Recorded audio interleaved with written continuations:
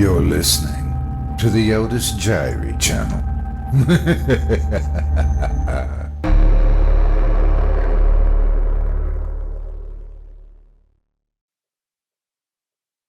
It's been 2 weeks since this whole thing started. It all started with a tanker incident. It was all over the news. Everybody thought it was just another oil spill. There were plenty of volunteers, plenty of people wanting to help the poor defenseless animals, plenty of victims. Within hours of the tanker incident, it started happening. The animals had gone crazy. They were scratching and biting the cleanup volunteers. They said that it was an adverse effect to whatever was in that tanker. Rescue workers were still trying to get the crew out of the ship. They could hear screaming inside. Screams to open the doors. But that's when it all went to hell, as soon as they cut the door out. They broadcast for 6 full minutes before it went silent. 6 minutes of screaming and agony. The ship crew attacked the rescue workers like rabid baboons, breaking bones and tearing flesh. The people on the shore weren't faring any better. Those that had been attacked by animals were attacking everyone else. It was worse than any war zone report. It was sheer brutality, and yet the broadcast still went on for 6 minutes. 6 minutes, and then blank faces. Nobody could explain what was happening. They tried to continue with the regular news, tried to talk about the economy, the weather, a cute human interest story, anything at all. But they couldn't make us unsee what we saw.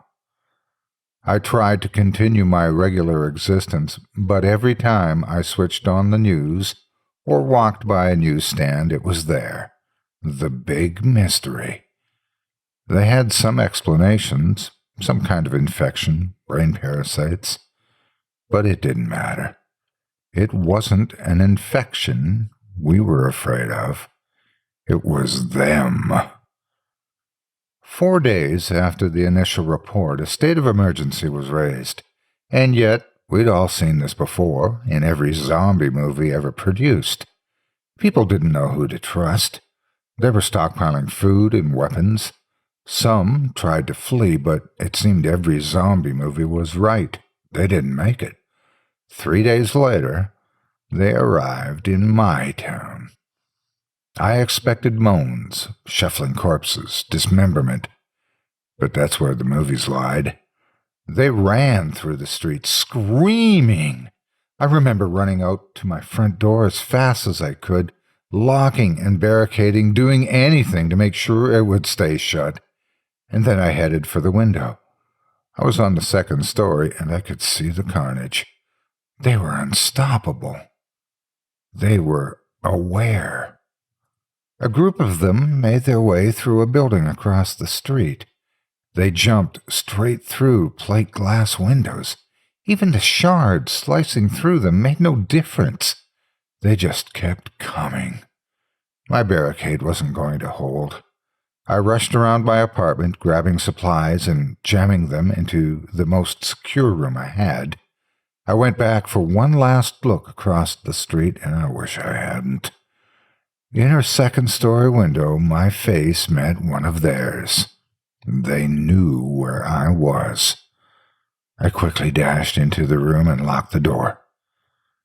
I don't have any kind of panic room or a secure basement, so the safest place I could think of was my bathroom.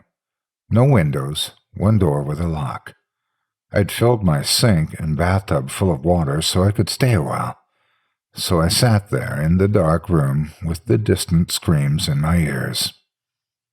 I began to feel like I may have overreacted.